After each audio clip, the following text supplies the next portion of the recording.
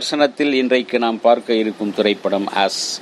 மக்கள் செல்வன் விஜய் சேதுபதி கதைநாயகனாக நடிக்க கதைநாயகியாக ருக்மணி வசந்த் நடித்திருக்கின்றார். மற்றும் பப்ளு, யோகி பாபு, திவ்யா பிள்ளை மற்றும் பலர் நடித்துள்ளனர்.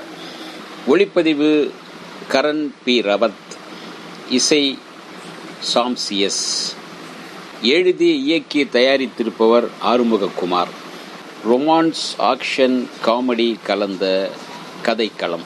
விஜய் சேதுபதி தன்னுடைய முந்தைய வேஷத்தையும் சரி முந்தைய வாழ்வையும் கலைந்து போட்டுவிட்டு ஒரு புதிய வாழ்க்கையை ஒரு புதிய பிரதேசத்தில் தொடங்கலாம் என்று வாழ்ந்து நிம்மதியாக வாழலாம், காதலோடு வாழலாம் என்ற ஆசையோடு மலேசியாவுக்கு சென்று இறங்குகிறார்.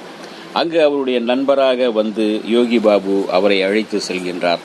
யோகி பாபு மிகப்பெரிய பணக்காரர் என்று தோரணையில் தன்னை காட்டிக்கொள்கிறாரே தவிர அங்கு சென்று பிறகு பார்த்த பிறகுதான் தெரிகிறது நம்மூரில் எப்படி இந்த குப்பை தொட்டியில் இருந்து சில பொருட்களை அள்ளி கொண்டு சென்று பழைய கடையில் விற்று சம்பாதிப்பார்களோ அப்படி சம்பாதிக்கின்ற ஒரு ஆளாக அங்கு யோகி பாபு இருக்கின்றார். அங்கு ஹோட்டல் நடத்தும் திவ்யா பிள்ளைக்கு ஒரு பிரச்சனை. திடீரென்று ஹோட்டலை மூட வேண்டிய சூழ்நிலை ஏற்படுகிறது.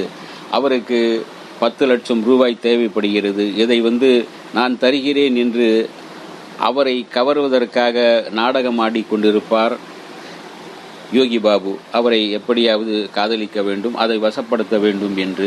ஆனால் இவரிடம் பணம் இல்லை என்பது விஜய் சேதுபதிக்கு மட்டும்தான் தெரியும்.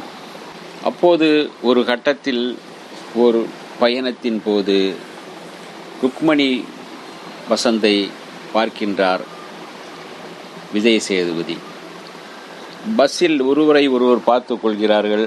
வசந்த் ருக்மணி அவரை பெரிதாக ஈர்க்காவிட்டாலும் கூட அவரை கண்டுகொள்ளாமல் இருக்கின்றார். அதே சமயத்தில் அவர்தான் திருடர் என்று ஒரு ஒருவரிடம் மாட்டிவிட்டு விடுகிறார். பர்ஸ் இவர்தான் நடித்தார் என்ற பிறகு அவர் இல்லை என்பது தெரிகிறது.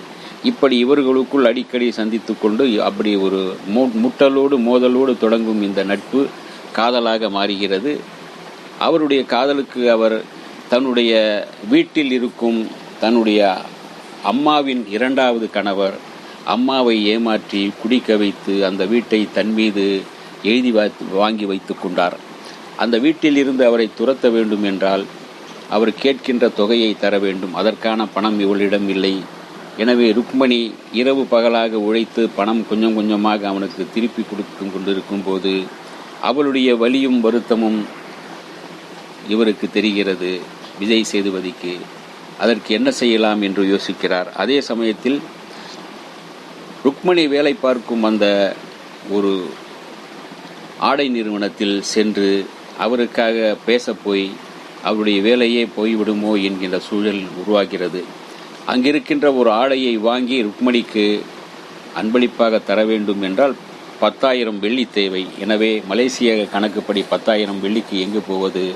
அதை கடன் வாங்க அழைத்து செல்கிறார் யோகி பாபு. அங்குதான் வில்லனை சந்திக்கின்றார் விஜய் சேதுபதி. அந்த வில்லனோ அவனிடம் சீட்டாடி அவனுடைய 10,000 வெள்ளி ஜெயிக்கலாம் என்று பார்க்கும்போது அவன் ஏமாற்றி இவர்களை கடனாளியாக்கி விடுகின்றார்.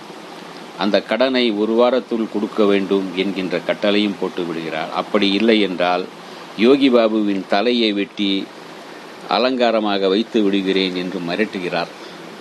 சரி, இதற்கெல்லாம் என்ன தீர்வு?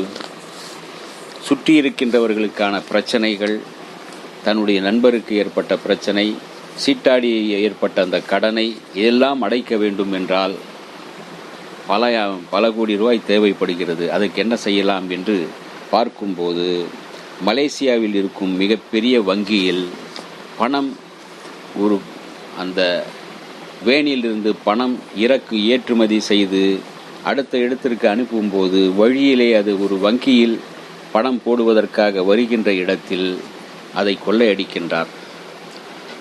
இந்த கொள்ளையடித்த பணம் விவகாரம் வில்லனுக்கு அவினாஷுக்கு தெரிந்து விடுகிறது, பப்ளுவுக்கும் தெரிந்து விடுகிறது.